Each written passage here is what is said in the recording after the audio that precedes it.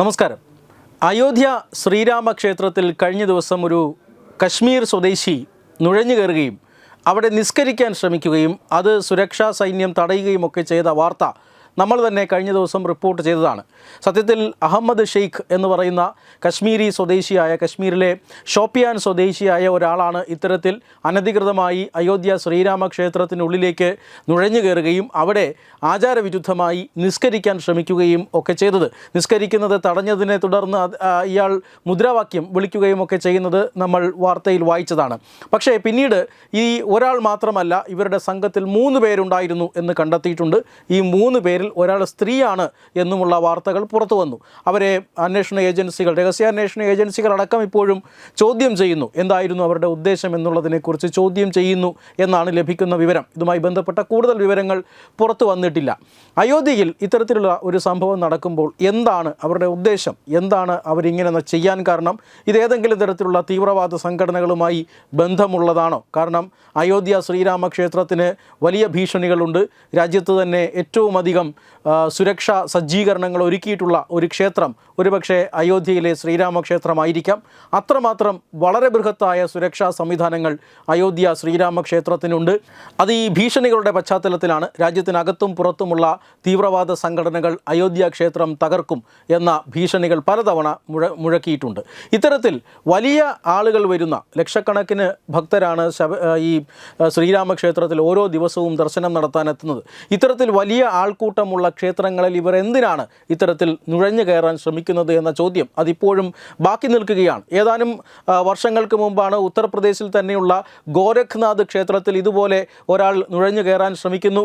അയാളെ വാതിൽക്കൽ വെച്ച് തന്നെ സുരക്ഷാ സേന തടയുന്നു. പിന്നീട് അയാൾ കത്തിയെടുത്ത് ആക്രമിക്കുന്നതും ചില ആളുകൾക്കൊക്കെ ആക്രമണത്തിൽ പരിക്കേൽക്കുന്നതുമൊക്കെ കണ്ടതാണ്. പിന്നീട് ഇയാളെ അറസ്റ്റ് ചെയ്യുന്നു. ഇയാളെ ചോദ്യം ചെയ്യുന്നതിൽ നിന്നും ഇയാൾക്ക് IS ബന്ധമുണ്ടെന്നും ISൻ്റെ ഒരു സ്ലീപ്പർ മോഡ്യൂളായി പ്രവർത്തിച്ചു വരികയാണെന്നും അതിനിടയിലാണ് ഇത്തരത്തിലൊരു ആക്രമണം അയാൾ നടത്തിയത് എന്നും പിന്നീട് അതിനെക്കുറിച്ചുള്ള വിവരങ്ങളെല്ലാം പുറത്തു വന്നതാണ്. എന്തുകൊണ്ടാണ് അവർ ഇപ്പോൾ ഇത്തരത്തിലും ക്ഷേത്രങ്ങളെ ആക്രമിക്കാൻ ശ്രമിക്കുന്നത്? അതും ഗോരഖ്നാഥ് ക്ഷേത്രം വലിയ തിരക്കുള്ള ക്ഷേത്രമാണ്. അയോധ്യ ശ്രീരാമക്ഷേത്രം അതും ലക്ഷക്കണക്കിന് ഭക്തർ പ്രതിദിനം ചെന്നെത്തുന്ന ക്ഷേത്രമാണ്. ഈ ക്ഷേത്രങ്ങളിൽ എന്തുകൊണ്ടാണ് ഇത്തരത്തിൽ സംശയാസ്പദമായ രീതിയിൽ ആളുകൾ നുഴഞ്ഞു കയറാൻ ശ്രമിക്കുന്നത്, മറ്റുള്ളവരെ അപായപ്പെടുത്താൻ ശ്രമിക്കുന്നത് എന്ന് തീർച്ചയായും അന്വേഷണ ഏജൻസികൾ ഇതിനെക്കുറിച്ച് അന്വേഷിച്ചു കൊണ്ടിരിക്കുകയാണ്. ഈ സംഭവം പുറത്തു വരുമ്പോഴാണ് ഈ കഴിഞ്ഞുപോയ മണ്ഡലകാലത്തിന് തൊട്ട് മുന്നേ, അതായത് ഇപ്പോൾ മകരവിളക്ക് തീർത്ഥാടന കാലം ശബരിമലയിൽ നടക്കുകയാണ്. ഈ കഴിഞ്ഞ ഡിസംബറിൽ തന്നെ ഇത്തരത്തിൽ മണ്ഡലകാല തീർത്ഥാടനം നടന്നുകൊണ്ടിരിക്കുമ്പോൾ ശബരിമലയിലും ഇത്തരത്തിൽ ഒരു നുഴഞ്ഞുകയറ്റ ശ്രമം ഉണ്ടായി. അത് സത്യത്തിൽ പുറം ലോകം അറിഞ്ഞിട്ടില്ല. തത്വമയി ആദ്യമായിട്ടാണ് ഈ സംഭവം പുറം ലോകത്തെ അറിയിക്കുന്നത്. കാരണം ഇതിനെക്കുറിച്ചുള്ള ആദ്യ വിവരങ്ങൾ ലഭിക്കുന്നത് നമ്മുടെ തത്വമയിയുടെ ന്യൂസ് ഡെസ്കിലാണ്. പിന്നീട് നമ്മളത് പോലീസിന് കൈമാറുന്നു. പോലീസിന് വളരെ രഹസ്യമായി തന്നെ അവരെ നിരീക്ഷിക്കേണ്ടതുണ്ട് എന്നുള്ളതിനാൽ നമ്മൾ അന്ന് വാർത്ത ചെയ്തില്ല. ഇന്നിപ്പോൾ അതിനെക്കുറിച്ചുള്ള വിവരങ്ങൾ ഇപ്പോൾ പുറത്തു വിടുകയാണ്. അതായത് കഴിഞ്ഞ മാസമാണ് ഇത്തരത്തിൽ ഒരു വിവരം, അതായത് കണ്ണൂർ സ്വദേശിയായ മുസ്താൻസിർ, അതോടൊപ്പം തന്നെ തൃശ്ശൂർ ചാവക്കാട് സ്വദേശിയായ മുഹമ്മദ് കയ്യിസ്, NK മുഹമ്മദ് കയ്യിസ്, അതോടൊപ്പം തന്നെ മലപ്പുറം സ്വദേശിയായ സയ്യിദ് ഷുഹൈബ് തങ്ങൾ, എന്നിങ്ങനെ 3 പേർ ശബരിമലയിലേക്ക് വെർച്വൽ ക്യൂ വഴി ശബരിമലയിൽ കടക്കാനായിട്ടുള്ള ശ്രമം നടത്തുന്നു. അതായത് ഇവർ കയറണം എന്ന് തീരുമാനിച്ചിരുന്ന ആ തീയതിയിൽ വെർച്വൽ ക്യൂ ബുക്കിംഗ് ഇല്ലായിരുന്നു. നമുക്കറിയാം, ഈ തീർത്ഥാടന കാലത്തിൻ്റെ അല്ലെങ്കിൽ ഈ തീർത്ഥാടന സീസണിൻ്റെ ആദ്യ ദിവസങ്ങളിലെല്ലാം ശബരിമലയിൽ വലിയ തിരക്കാണ് അനുഭവപ്പെട്ടത്. അതുകൊണ്ട് തന്നെ ഭക്തരുടെ സന്ദർശനം റെസ്ട്രിക്റ്റ് ചെയ്യേണ്ടി വന്നു. ധാരാളം ആളുകൾ ഇത്തരത്തിൽ വെർച്വൽ ക്യൂ ഇല്ലാതെ വന്നു പോവുകയും ഒക്കെ ചെയ്തിരുന്നു. ഇവിടെ നിന്നോ ഒരു കൂട്ടം ആളുകൾ വെർച്വൽ ക്യൂ ഇല്ലാതെ സന്നിധാനത്തേക്ക് പ്രവേശിച്ചതാണ് ഇത്തരത്തിൽ വലിയ തിരക്കുണ്ടാകാൻ കാരണമെന്ന് പോലീസ് ഉദ്യോഗസ്ഥർ തന്നെ പറയുന്ന സാഹചര്യമുണ്ടായി. പിന്നീട് ദേവസ്വം ബോർഡും അതുപോലെ തന്നെ പോലീസ് ഉദ്യോഗസ്ഥരും എല്ലാം ഇടപെട്ടുകൊണ്ട് അവിടേക്ക് വരരുത്, വന്നു കഴിഞ്ഞാൽ 2-3 ദിവസം താമസിച്ച് മാത്രമേ ദർശനം ലഭിക്കുകയുള്ളൂ, വെർച്വൽ ക്യൂ ബുക്കിംഗ് ലഭിക്കുകയുള്ളൂ എന്നൊക്കെ അറിയിച്ചതിന് ശേഷം തിരക്ക് കുറയുകയായിരുന്നു.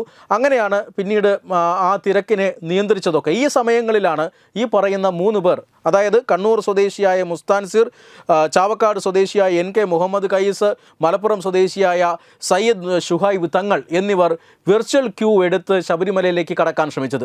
ആ സമയത്ത് വെർച്വൽ ക്യൂ ബുക്കിംഗ് അലൗഡ് അല്ലായിരുന്നു. എല്ലാ ബുക്കിങ്ങും കഴിഞ്ഞു പോയിരുന്നു, സ്ലോട്ട് മിച്ചമില്ലായിരുന്നു. അതുകൊണ്ട് ഇവർക്ക് ബുക്ക് ചെയ്യാൻ സാധിച്ചില്ല. പക്ഷേ ആ തീയതിക്ക് തന്നെ ശബരിമലയിൽ കയറണമെന്നും അവിടെ ദർശനം നടത്തണമെന്നും ഇവർ വാശി പിടിക്കുന്നു. വെർച്വൽ ക്യൂ ബുക്കിംഗ് ഇല്ലാതെ ശബരിമലയിലേക്ക് കടന്നു കയറാനുള്ള ചില ശ്രമങ്ങൾ ചില സ്വാധീന ശക്തികളൊക്കെ ഉപയോഗിച്ച് ഇവർ നടത്തുന്നു.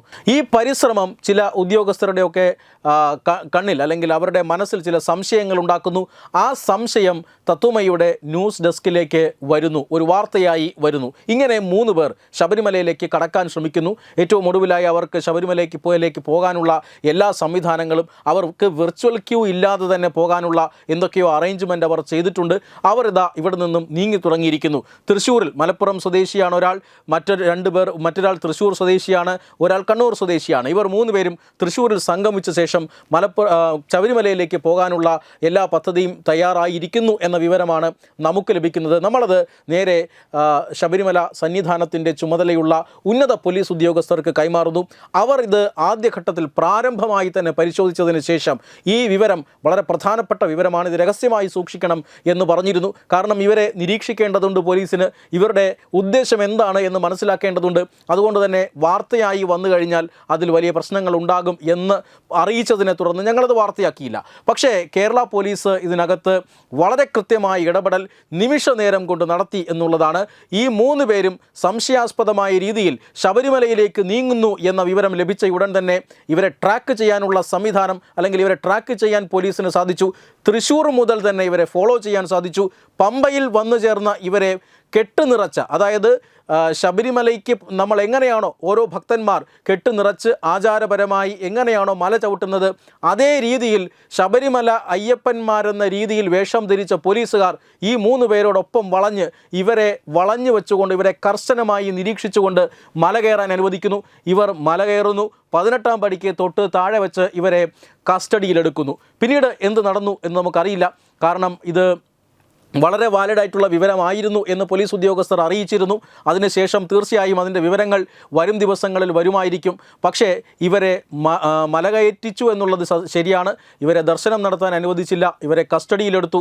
ഇവരുടെ ഉദ്ദേശം എന്താണ് എന്ന് ചോദിച്ചറിഞ്ഞു. ഇവരുടെ ബാക്ക്ഗ്രൗണ്ടുകൾ ചെക്ക് ചെയ്തിട്ടുണ്ട്. ഇവരുടെ വീടുകളിലെല്ലാം പോലീസ് ഉദ്യോഗസ്ഥർ എത്തി അന്വേഷണം നിമിഷ നേരങ്ങൾ കൊണ്ട് നടത്തി എന്നൊക്കെ നമുക്ക് വിവരം ലഭിച്ചിട്ടുണ്ട്.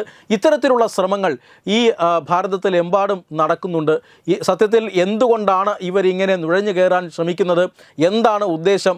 ഏതെങ്കിലും രീതിയിലുള്ള വർഗീയ കലാപം ഉണ്ടാക്കുകയാണോ?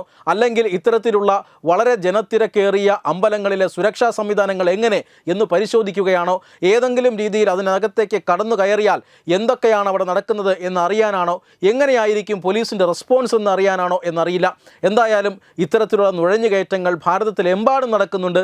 അത് അയോധ്യയിലും ഗോരഖ്നാഥിലും ഒക്കെ നടന്നതുപോലെ തന്നെ നമ്മുടെ ശബരിമലയിലും ഈ സീസണിൽ നടന്നു എന്ന വിവരമാണ് തത്വമയി ഇപ്പോൾ പുറത്തുവിടുന്നത്. എന്തായാലും സമയോചിതമായ ഇടപെടൽ കൊണ്ട് നമ്മുടെ ഡെസ്കിലേക്ക് ഒരു വാർത്തയായി വന്നു. അതിനെ നമ്മൾ വളരെ ഉത്തരവാദിത്വത്തോടു കൂടി പോലീസ് ഉദ്യോഗസ്ഥരെ അറിയിക്കുന്നു.